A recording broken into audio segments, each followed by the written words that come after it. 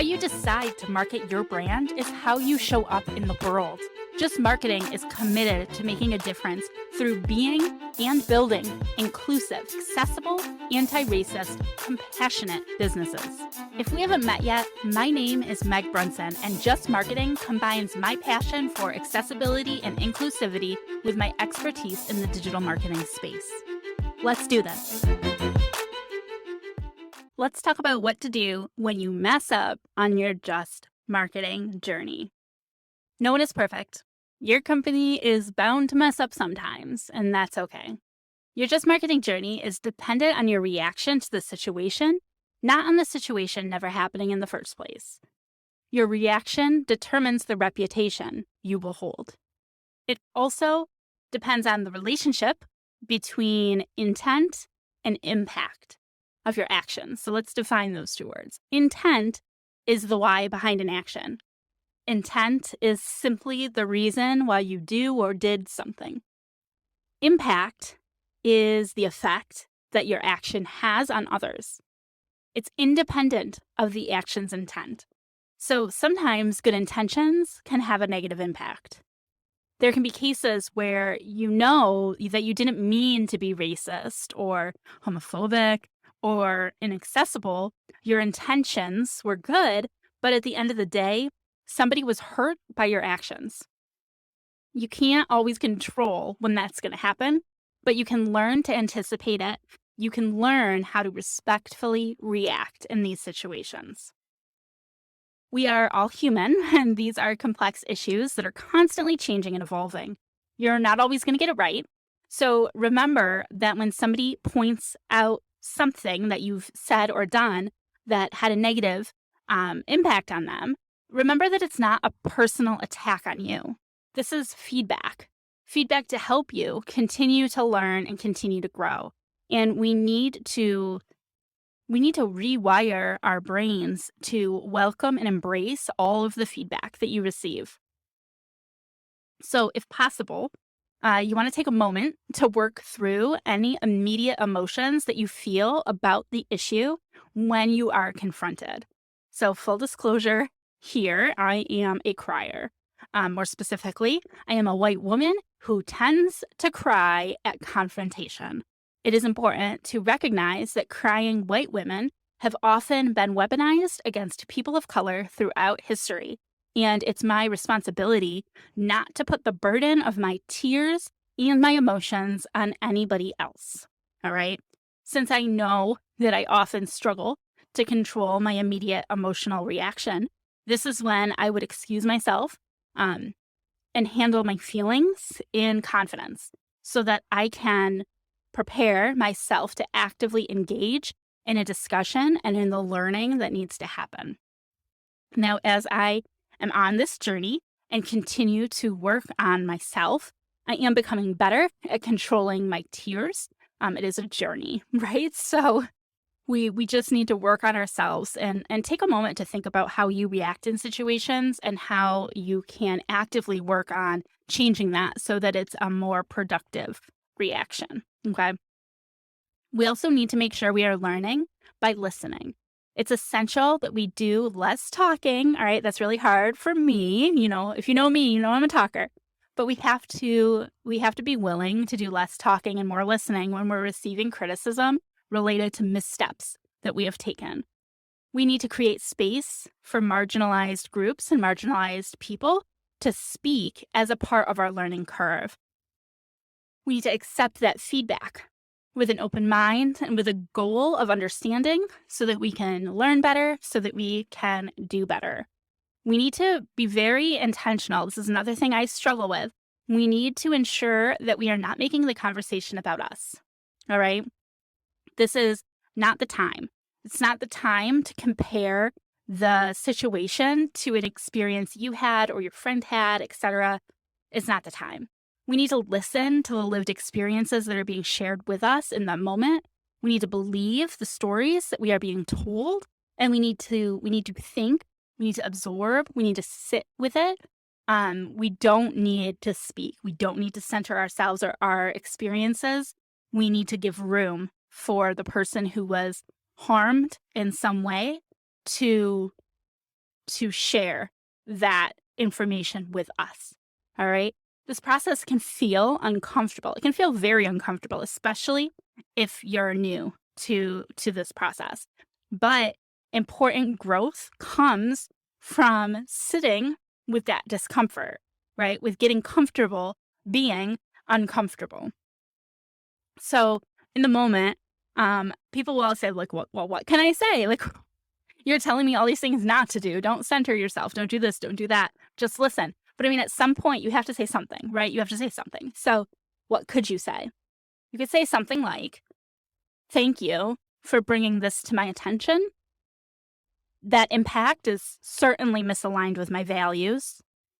I appreciate everything you've shared with me on this topic. And I'm going to do the work to educate myself further and to change the way I speak or act going forward. Now, of course, I'm not saying you should memorize that, right? And that's not going to be relevant in all situations. But the general premise is we want to acknowledge appreciation for, the person that we unintentionally, likely, harmed. We want to give them appreciation for the fact that they brought it to our attention, that they are willing to do that work, right? They were willing to give us the feedback. All right. They could have just rolled their eyes and blocked you, unfriended you, whatever. But instead, they took the time, they put forth the energy, and we want to thank them for doing that. Don't get defensive, right? There's no need to get defensive, but you can identify that the impact is misaligned with your values. That's not what you intended to happen, but you acknowledge that the impact, that their experiences were real.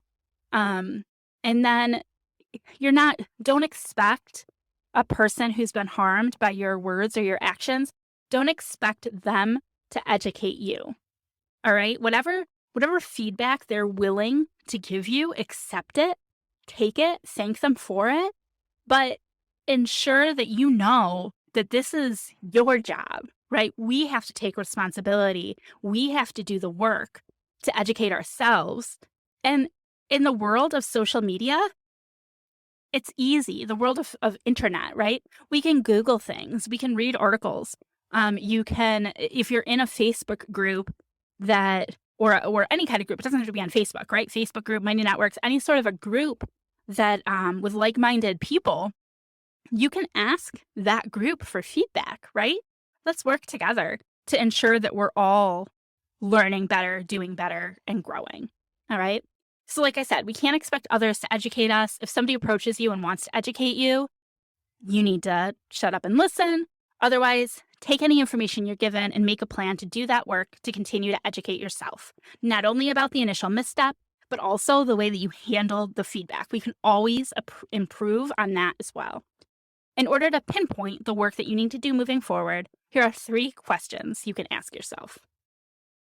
Why did you respond the way that you did when you were given feedback? Think about that. Why do you feel the way that you do? And what could you have done differently? When you recognize where you and other people around you have gone wrong, and you accept that that is going to happen, you are going to make mistakes, that will help you avoid repeating the same mistakes in the future. Now, if you have a team that you work with in your business, you should definitely talk with your team about the potential for these missteps. All right, we all make mistakes. We are doing our best. We are creating our just marketing strategies and plans, but sometimes things just don't pan out as intended. And we have to be willing to take action knowing that we may make a mistake. So talk with your team about that potential for mistakes and work together to come up with a social response plan so that you are prepared for those situations when things don't go as planned, right? So you want to cover number 1, who to inform when negative or constructive feedback is received. Who is the person on your team, your agency, that needs to know that something negative has happened? In my business, that person is me.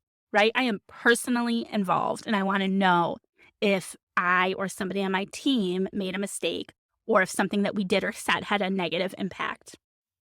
Number 2, who will respond or approve responses?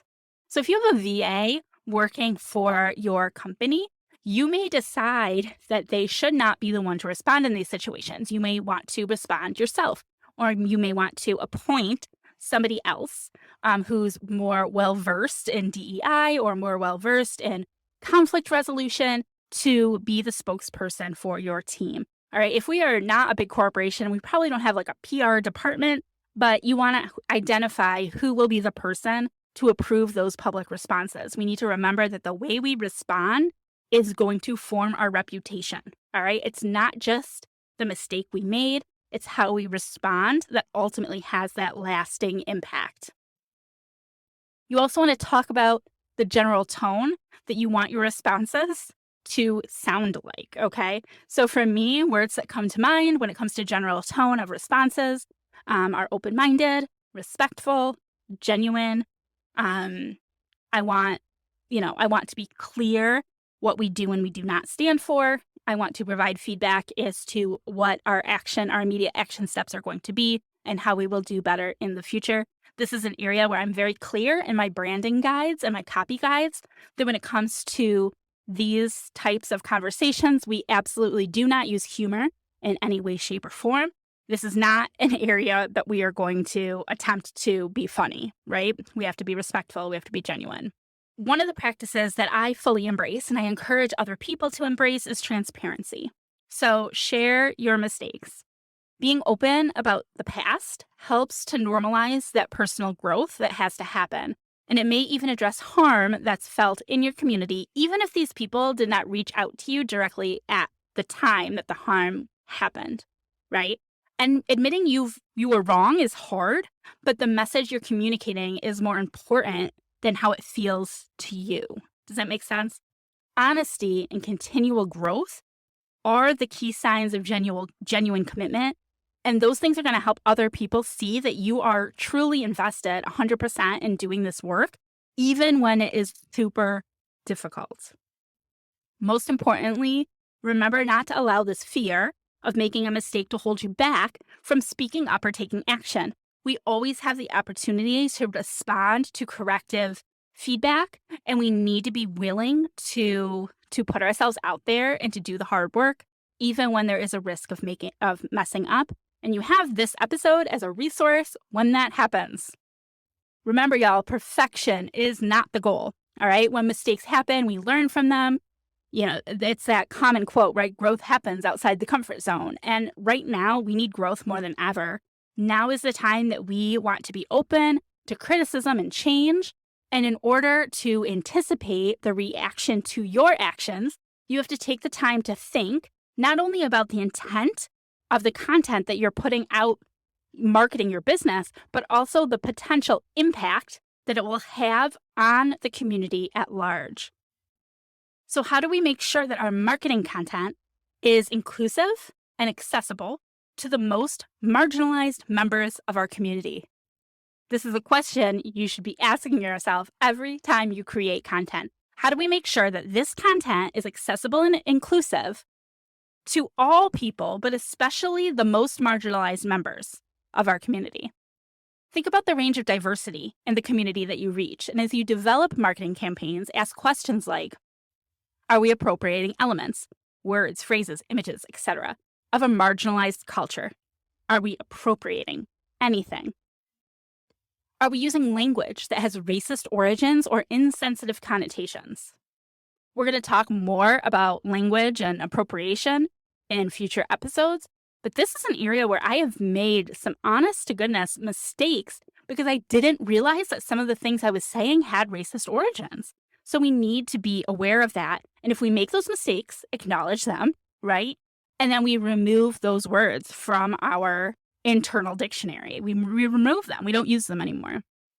And ask yourself, are we amplifying a voice of someone who's considered racist or harmful to Black, Indigenous, people of color, the LGBTQIA plus community, the disabled community?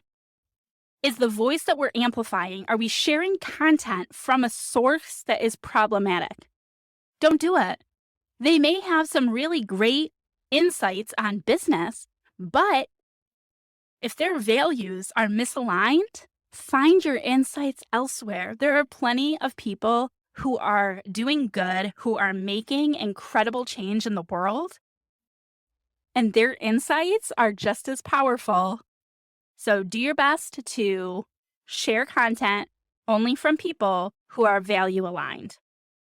When we make it a habit to analyze our content through a lens of equity while still being prepared to get it wrong sometimes, you're setting yourself up for continuous forward motion on your Just Marketing journey.